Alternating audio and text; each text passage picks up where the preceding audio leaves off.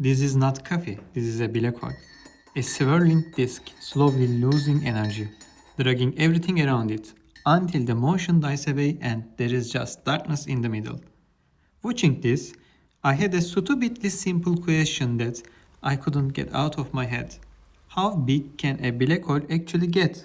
Is there a limit or could one of these grow forever? But I had never really thought about whether there is a maximum size. So I did what any reasonable person does during an existential crisis over caffeine.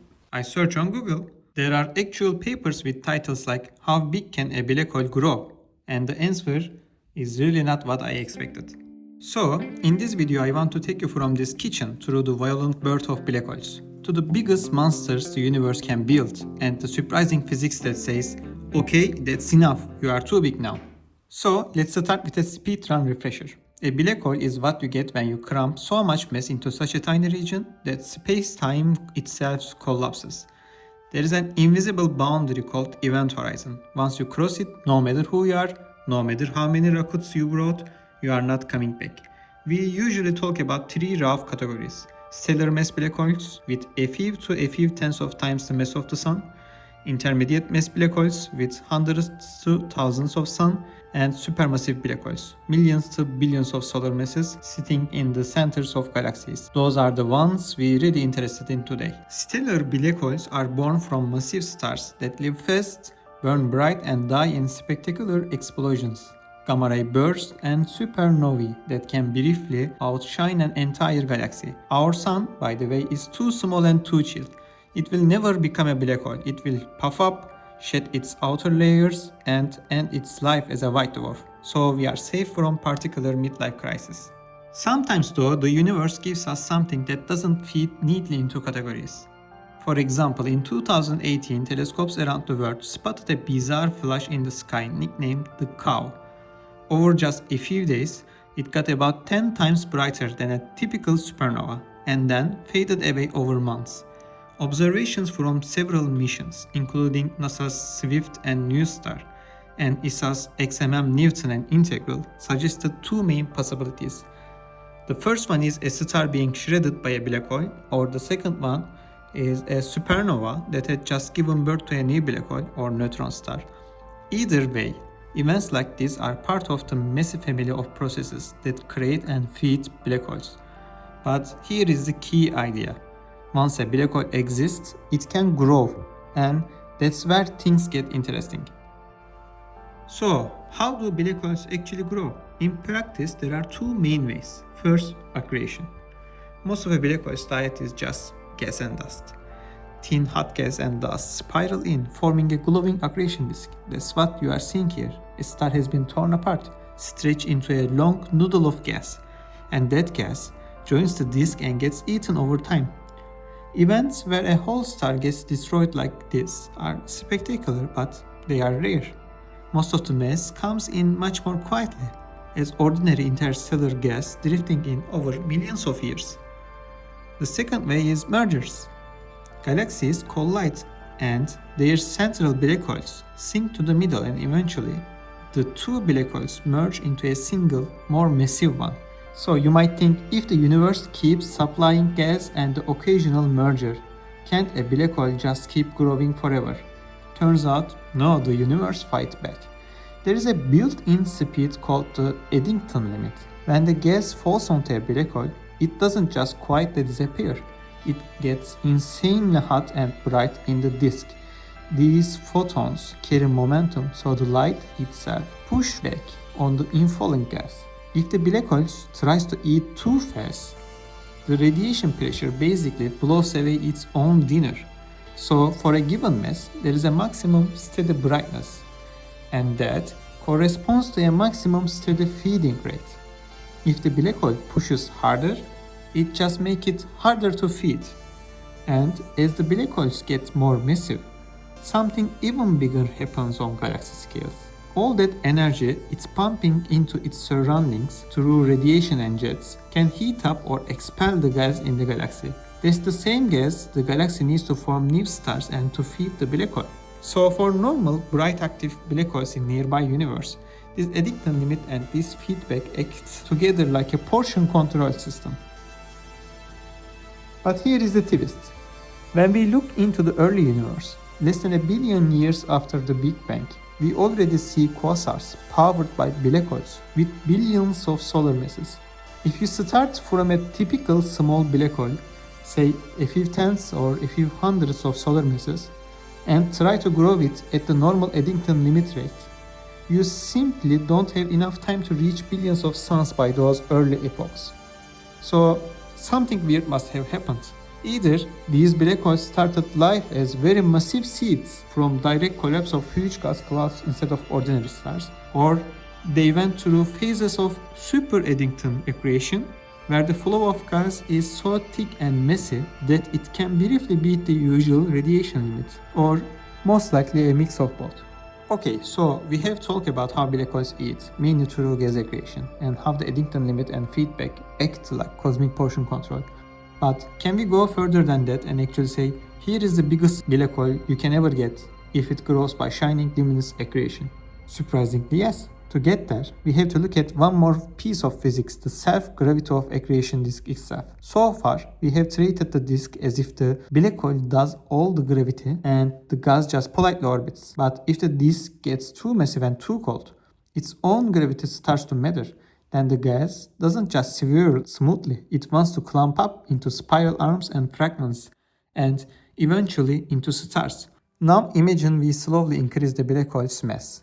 As the black hole gets heavier, the innermost stable orbit, which is the inner edge where gas can orbit safely, moves further out, and further out in the disk, the gas becomes more prone to self-gravity and fragmentation. At some point, those two regions overlap. The safe inner disk where gas could orbit and spiral in no longer exists before the outer disk has already turned into clumps and stars. In other words, the black hole becomes so massive that you can't build a stable, bright accretion disk around it anymore. The gas prefers to form stars rather than feed the hole. In 2015, researchers worked this out in detail and asked the wonderfully direct question: how big can a black hole grow? Using the physics of thin accretion disks and this self-gravity limit, researchers found that for typical conditions there is a maximum mass of about 50 billion times the mass of the Sun. It is the point where, for a normal bright disk, self-gravity wins, the disk fragments, and the luminous accretion basically has to stop. If the black hole is spinning very rapidly in the right direction and the disk has slightly different properties, you can push this limit higher, up to around 200-300 billion solar masses, in the most extreme scenario, but that is still a finite number. Above this range, you can maintain a bright, thin accretion disk. The black hole might still be able to grow by silent mergers or by swallowing dark matters and stars, but it can no longer shine as a typical quasar or active galaxy powered by a normal disk. So here is the picture. In the early universe, we probably had massive seeds and short bursts of super Eddington feeding to grow the first monsters quickly. In the long term, Eddington physics and feedback limit how fast they can eat, and once they hit around tens of billions of solar masses, the disk themselves becomes unstable and turns into stars instead of fuel. Black holes can still get bigger in dark to rule mergers, but they can't keep the bright, flashy quasars we observe today if they try to push much beyond that limit. Now that we have talked about the theory, how close does the real universe actually get to this maximum mass idea? Let's start at our home.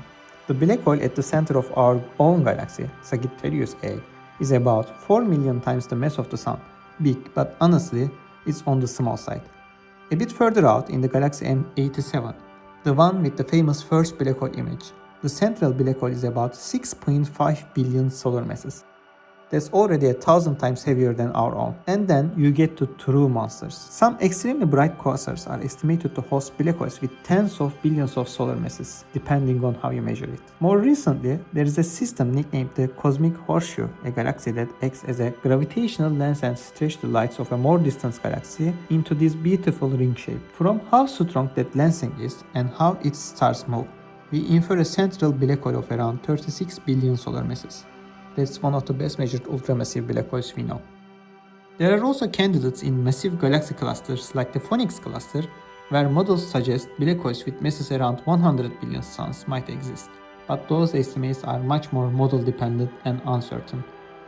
The important thing is the heaviest well-measured black holes we have found are already up in the tens of billions of solar masses, surprisingly close to those theoretical upper limits from feedback and disk stability. So, nature can build black holes that are absolutely ridiculous in size, but so far it seems to stop just short of turning them into completely unbounded monsters. Big ultramassive black holes are cool, but they are not the whole story. We have also found much smaller black holes, lurking surprisingly close to us. ESA's Gaia mission doesn't look for black holes directly. It normally measures incredibly precise positions and motions of stars. However, in a few cases, Gaia found stars that seems to be orbiting an invisible, massive companion. No light, no obvious star, just a gravitational pull. Systems like these are only a couple of thousand light years away, practically in our cosmic neighborhood, and the black holes in them are only a few to maybe 10 times the mass of the Sun. So, black holes aren't just these rare, ultramassive monsters at the center of galaxies. They come in a whole spectrum of sizes from a few solar masses to tens of billions, scattered all across the universe. Somewhere out there, a star is quietly orbiting a dark companion, and the only reason we know is that our measurements are now good enough to see the wobble. So, after all that, what is the actual answer to the question I started with? Can a black hole keep growing forever, or is there a maximum mass? In principle, if you just keep throwing mass at it and wait long enough, a black hole can grow to almost any size. There is no magical number in Einstein's equations where the black hole suddenly refuses to get bigger. But in practice, in real galaxies, the universe fights back. The same processes that feed a black hole, bright accretion disks, jets, radiation, galaxy mergers, also heat up and blow away the fuel it needs. That feedback seems to cap most supermassive black holes at around tens of billions of solar masses. And even the most extreme candidates we have found so far sit not too far from that range. So, there probably is an effective maximum mass for black holes in ordinary galaxies, not a hard brick wall, but more like a point where the black hole becomes such a bully that it shuts down its own growth. And the thing that got me down this rabbit hole was literally just a cup of coffee spinning on my kitchen table. Next time, when you swill your coffee or your tea, watch that little whirlpool in the middle and remember, somewhere out there a black hole is doing the same thing, but on a scale that makes the whole galaxy look tiny. If you enjoyed this and want more slightly too curious questions about the universe, consider subscribing so YouTube actually shows you the next video. And let me know in the comments which black hole you would like to talk about next. The quiet one at the center of our own galaxy, or the absolute monsters at the edge of observable universe. Thanks for watching.